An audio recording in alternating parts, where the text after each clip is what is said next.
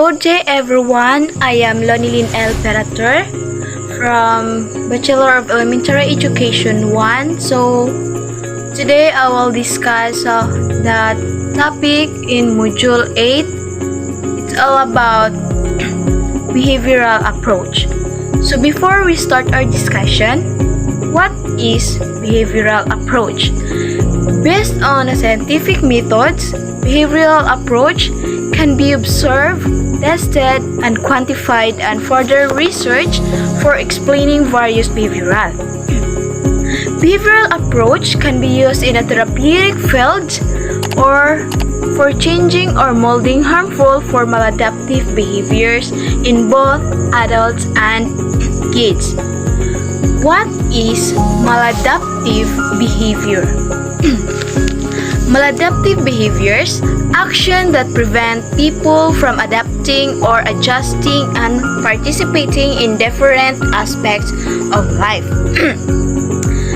Such actions are intended to help relieve stress, but they are often disruptive and may contribute to increase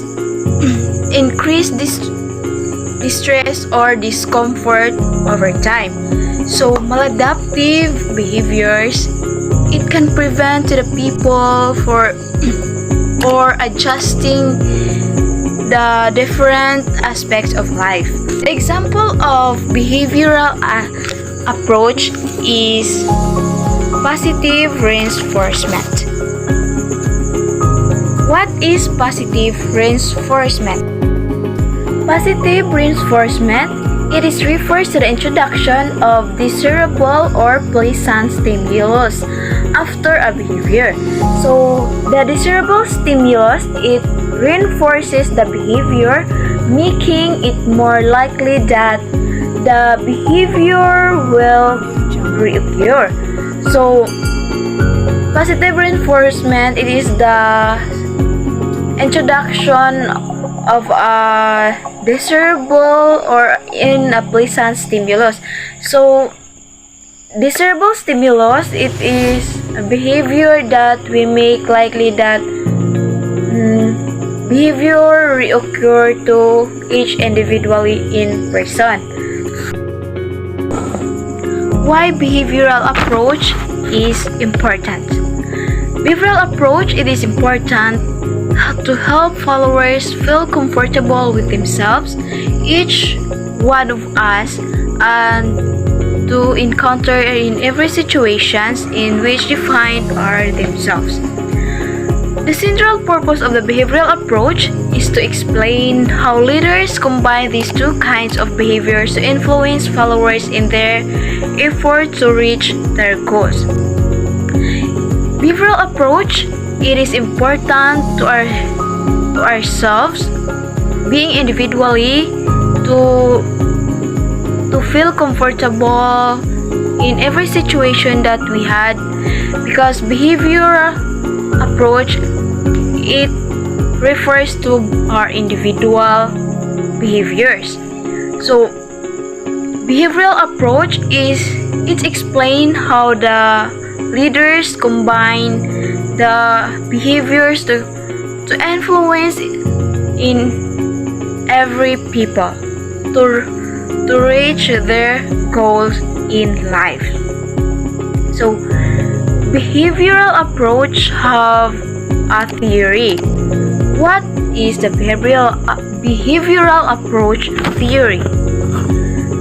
Behaviorism focuses on the idea that all behaviors are learned through interaction. So, behavioral approach is learned to every individually to interact with our environment. So, the learning theory states that behaviors are learned from the environment that in our society, and it says that innate or inherited factors have very little influence on behaviors. So, we will say behavioral approach theory is it focuses on our behaviors through interactions our individual in our environment, and also states that behaviors are learned from our environment, and if it is innate or inherited factors to influence in every behaviors. In behavioral approach has a founder. So the founder of a behavioral approach, he is John B. Watson, was an influential American psychologist whose most famous in work occurred during the early 20th century at Johns Hopkins University. He studied at Johns Hopkins University. So, John Watson, he is the founder, or he is the father of behavioral approach in psychology. So, that's all the recover of my topic in behavioral approach. I hope you gain knowledge in my report, and that's all. Thank you and God bless us all.